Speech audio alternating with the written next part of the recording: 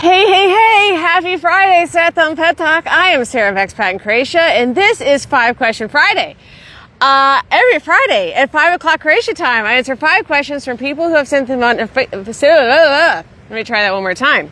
Who have sent them in on Facebook, Instagram, Twitter, LinkedIn, YouTube, expatinCroatia.com, our consulting sessions, and people who stuff them in a bottle and throw them out to sea, and then they roll up on shore and split.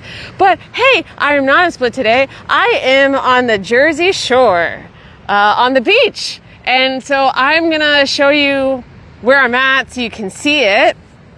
Hey, Kathy. All right. Hi, Jenny. Hi, Kiki Riki.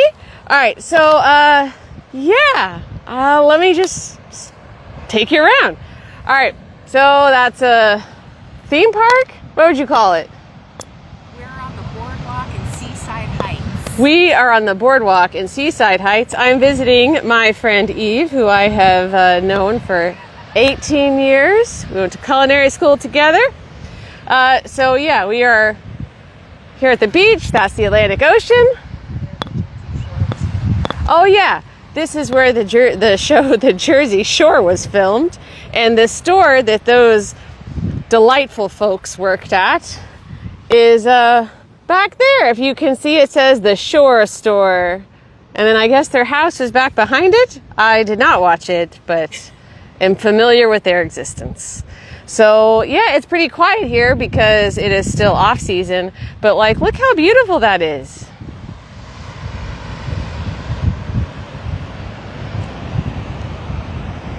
And they have these, they almost look like ski lifts that you can ride all up and down the beach. It's pretty neat, huh? That's my friend Eve. Hey. She is a frequent 5 Question Friday fan. So it's pretty cool to do this with her today. All right, let me get you into the sand so you don't move. You're a little slanted today. I don't know, but it's in the sand. Oh, there we go. All right, now we're good. Okay. Oh, it's nice to have my feet in sand. I mean, I gotta say, look, I'm not a big fan of sand because it's just nature's glitter, and it just doesn't come out of anything, you know? I like the rocks and the pebbles in Croatia. It's a lot easier to deal with, but, you know, every once in a while, it's like a novelty. Like to put my feet in the sand. All right, so what's been going on? So I was in Texas for 3 weeks. That was pretty cool. This past week I went down to Austin to see my favorite band play. And what else did I do? Oh yeah, I got to go sailing with my buddy Rob, who's my oldest friend in the world. We've known each other since kindergarten. He took me out on Lake Travis, and it could not have been a more beautiful day. And now I am up in New Jersey. I arrived at 2:30 a.m. this morning because every single flight out of Dallas was delayed due to big, giant, thundery storms. So yeah, I finally got here a few hours ago and super happy to be here. So I will be in Jersey for the next couple of days, and then I go to Manhattan for a couple of days, and then I am finally coming back to Croatia after 5 weeks in the U.S. It's hard to believe that I've been gone that long. So yeah, I will be back next Wednesday in Croatia. Yay! Okay, so we're going to go ahead and get started. This first question comes from a very dear person in my life named Steve. He asked, is LASIK covered by HZZO? No, it is not covered by HZZO. So HZZO is the state-owned health insurance. It is not covered because it's considered to be a cosmetic surgery. And that is why it is not covered. You can do it privately in Croatia, and it averages between, depending on the kind of LASIK that you have, between 1,200 and 2,000 euros per eye. There is a clinic that is very well known for doing LASIK, and based on what I saw on their website, they've done hundreds of thousands of eyes or something. They are called Svetlost. So what we have to provide you is a link to their site with their costs. And then also a link to the state health insurance guide that we have, which includes the cost, but also everything that is included in that. So you know exactly what would be covered for you. So if you'd like either of those two things, if you're on Instagram, send us a DM. If you are on YouTube, it's linked down below in the description. Everybody else, drop a comment and we will get it to you, okay? Okay, so next this comes from CPTPAOCS on Twitter. We do not get questions on Twitter very often. Here we go. Do I get citizenship automatically if I have permanent residence by family reunification? I have a son who is 8 years old. So to make sure that that's clear, she has a Croatian 8-year-old son, Croatian minor child, and she has family reunification residence based on her Croatian child. She wants to know if she can then get citizenship based on that child. And I saw Mary Ellen slip in. Hello. Okay, so no, you cannot. So when it comes to getting citizenship based on family reunification, there are a few circumstances under which you can do that, but based on your minor child is not one of them. So no, that's not possible. So in her case, the only way that she could get citizenship is based on naturalization. Naturalization is Article 8. That is for people who are requesting citizenship based on residence, like based on living in Croatia long enough. So you don't have heritage, you're not married to a Croatian citizen, you just are doing it because you've been here long enough, all right? So what we have, and I want to make sure that I point out what the requirements for this are, because some people tend to get surprised. I'm not going to go through the whole long list, but these are the ones that you should be aware of. So to apply for citizenship based on residence, you have to live in Croatia for at least 8 years. You have to have long-term residence already. And you have to pass a culture and history test, which is given in the Croatian language. So that's also how they test your language skills. And then you also have to give up all your other citizenships. That's why I didn't naturalize. Like I qualify to naturalize, but I'm not ready to give up my American citizenship if I so decide to do so. Yeah, it is a little bonkers. I don't really care for that requirement. Yeah, it's true.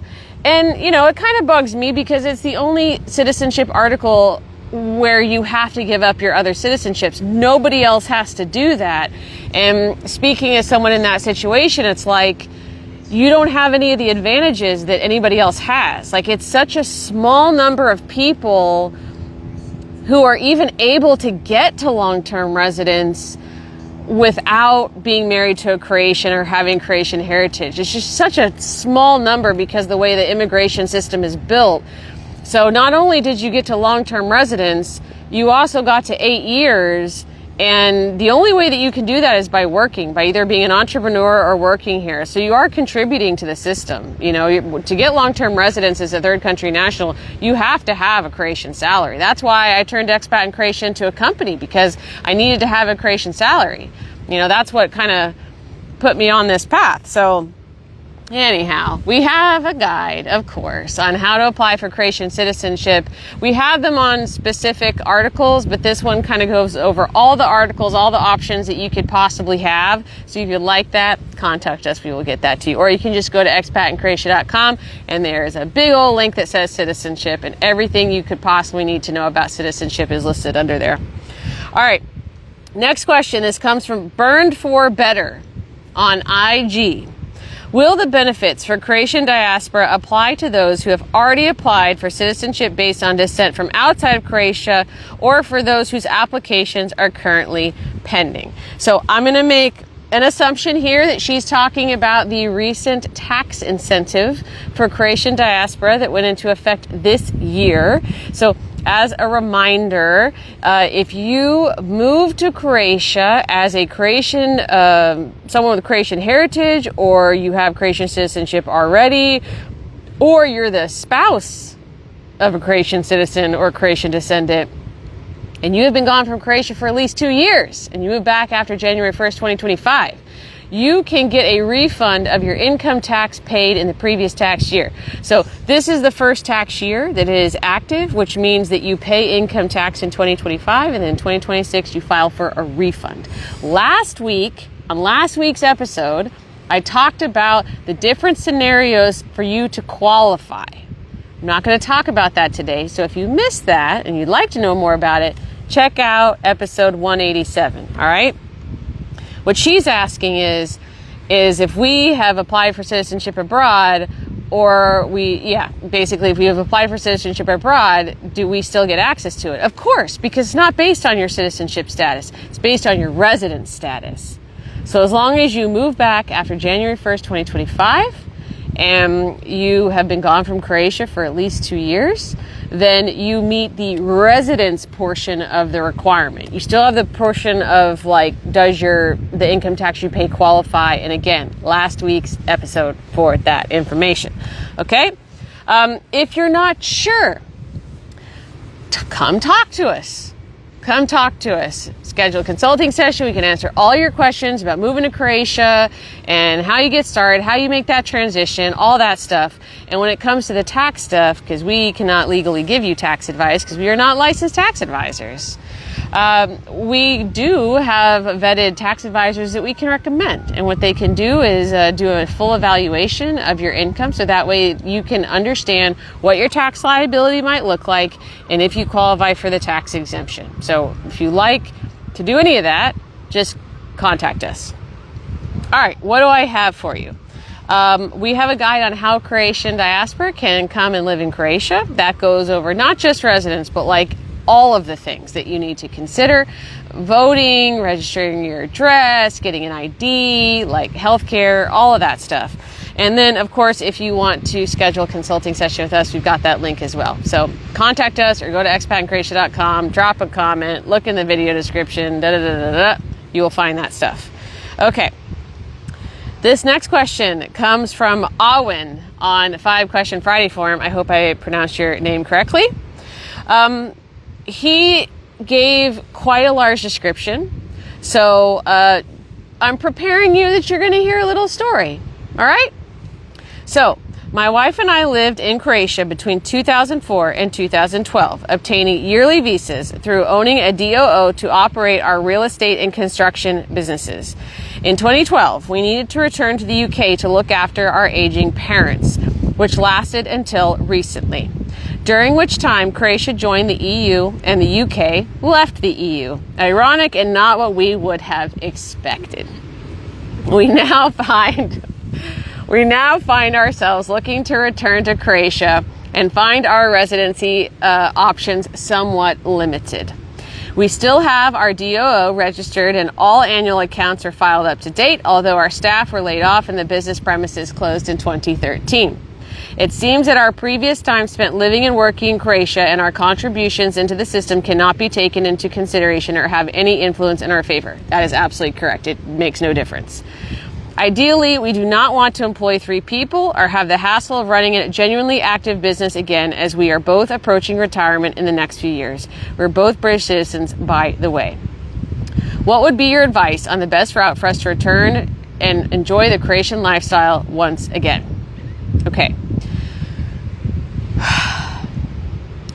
The advice that I'm going to give is going to apply to any third country national who is, again, not married to a Croatian, not married to an EU citizen.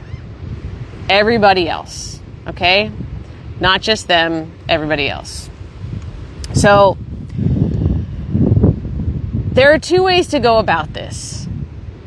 One is work, and then in their case, because they're approaching retirement, there's another option that they can think about that is only something new for this year, okay?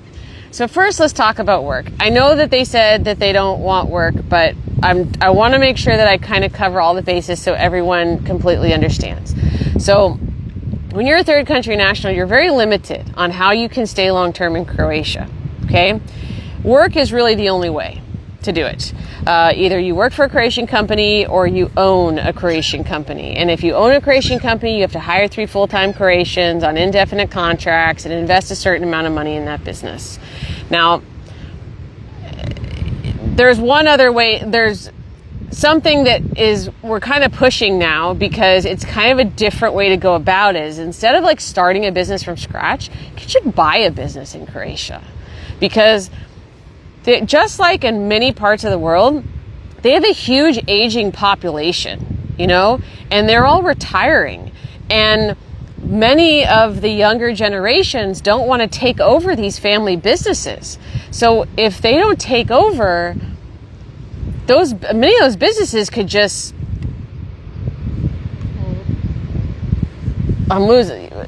forget my English, close. Yes, close. And their life's work, they don't get anything out of it, you know?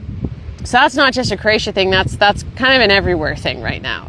But it presents a huge opportunity for people to buy a business, and buying a business in Croatia is going to be much cheaper than buying a business in the UK or the United States or Canada or whatever. There's some very profitable businesses that somebody could buy.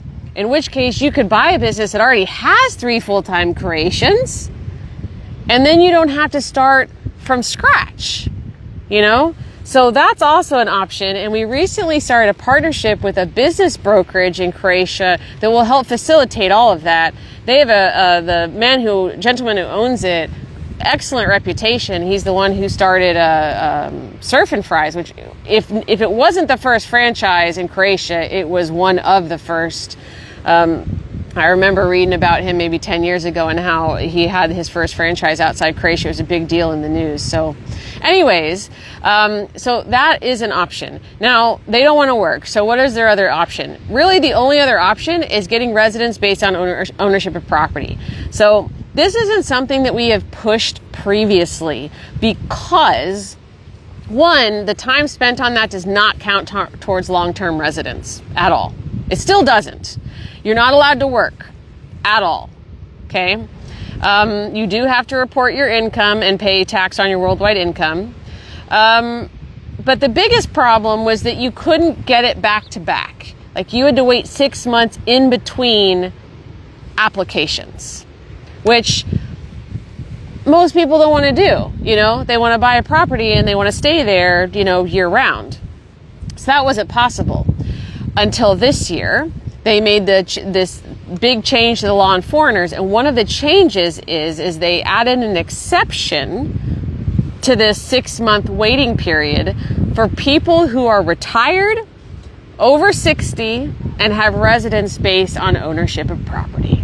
So in their case, if they want to stay in Croatia long term, enjoy the Croatian lifestyle as retirees, probably ownership of property is going to be the best option for them.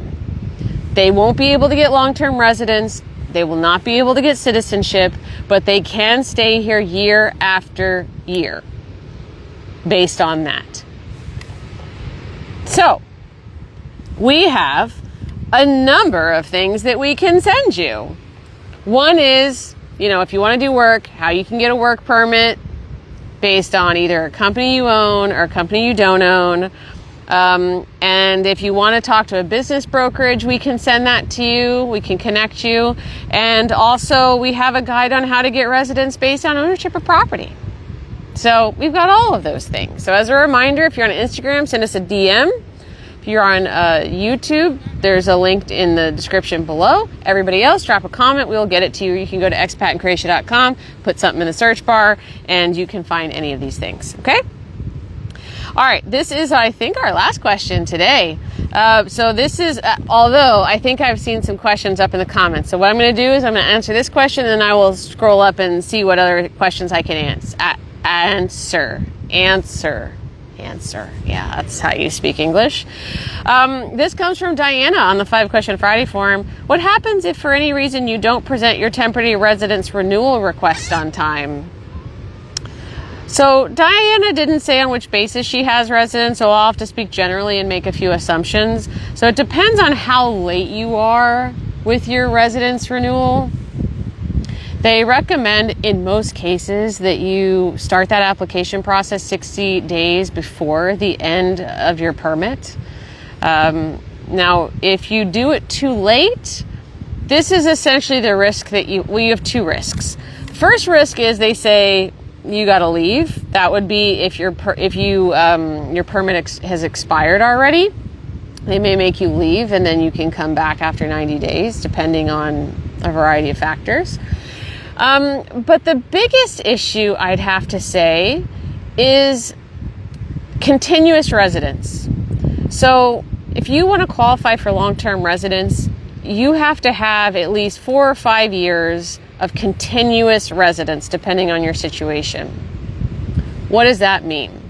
That means you need to have 4 or 5 years of continuous residence, unbroken, no break in between. So like your first permit, let's say it's January 1 to December 31st. Your next permit has to be January 1st to December 31st. Like there can't be any break in between. If there's a break in between, then that long-term residence clock or permanent residence clock starts over and you lose all that time you already had.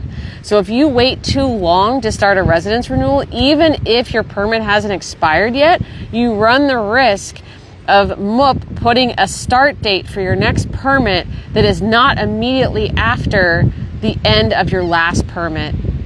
Even if there's just a week missing in that timeline, it completely restarts your clock. So always be aware of your expiration date. Put it on your calendar. Put 60 days prior, put 30 days prior. Like just don't forget. I did see one case with a guy who completely forgot that his permit expired. He had to leave. He had already been here for like 5 years, you know, so he was right around the time of qualifying for long-term residence. And he got kicked out of the country. He had to leave for at least 90 days, and they only let him apply for residence from abroad after that. So it has consequences. So that's the risk. That's the answer to your question. Do I have a guide that I can send? I usually always have some. Yeah, I do. Okay, so we have guides on how to apply for long-term or permanent residence, whether you are a third country national or you are an EU, EEA citizen. We have guides for each of those because the procedure is a little bit different. So we've got those if you'd like them. All right. Kathy, oh, you're welcome. You are so welcome. I bet it feels magnificent. I hope that you have celebrated mightily. You know, that it's a really big deal. Let's see. From Nurnabi Tope, I'm going to vacation and my company canceled my permit. I'm coming back to Croatia because my TRC is valid. What do you suggest for your next step of doing a new job? Well, you're just going to have to go through the same process that you went through for this job. Okay, let me rephrase. There are some new rules right now in terms of having a grace period so you can find a new job. So there are rules you have to go through and specific deadlines for which you have to report things. We do have those on our site, on our work permit post. So I would recommend taking a look at that to make sure that you meet all of the guidelines so that you can get a new job and maintain your permit. Good luck. Jeff, yeah, Texas hat. Yeah, it's brand new. I love it. I love it. Okay, let me scroll up because I know I saw some stuff happening here. Are you scheduling consultations in person during these next few days that you're in Jersey, New York? I am not. I am on paid time off. I'm on vacation, and I will not be doing. I will not be doing any consultations. But I'm back in the office on May 5th. So if you'd like to schedule something over Zoom, I can absolutely do that. Just send us a DM, and Cam will get you set up. Okay, let's see what else we got up here. I think there was something else. Oh no, it scrolled down to the bottom. Let's see what else we got. I feel like there was something at the beginning. Oh yeah, here it is. Satyam, as an Indian, can I buy property in Croatia? I don't think you can. It's been a while since I've looked at the list of reciprocity agreements, so I don't think you can, but we do have a guide on the site that will answer that question.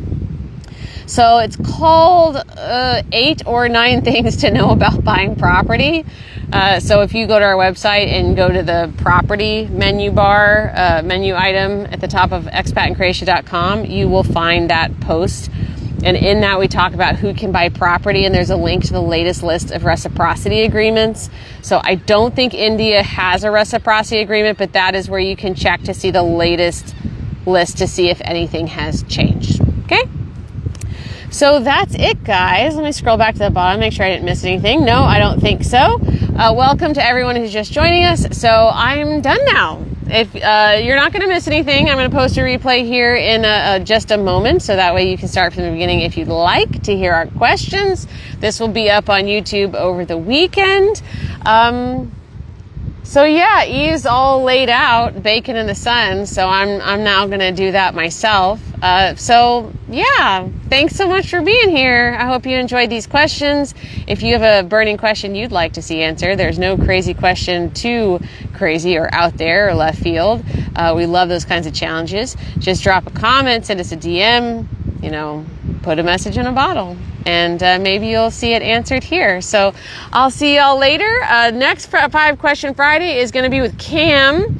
And then 2 weeks from now, I'll be back in Croatia somewhere. Actually, I think I might be in Zagreb on that day. We shall see. All right. Have a wonderful weekend, everybody. Ciao. Bye. Vidimo se.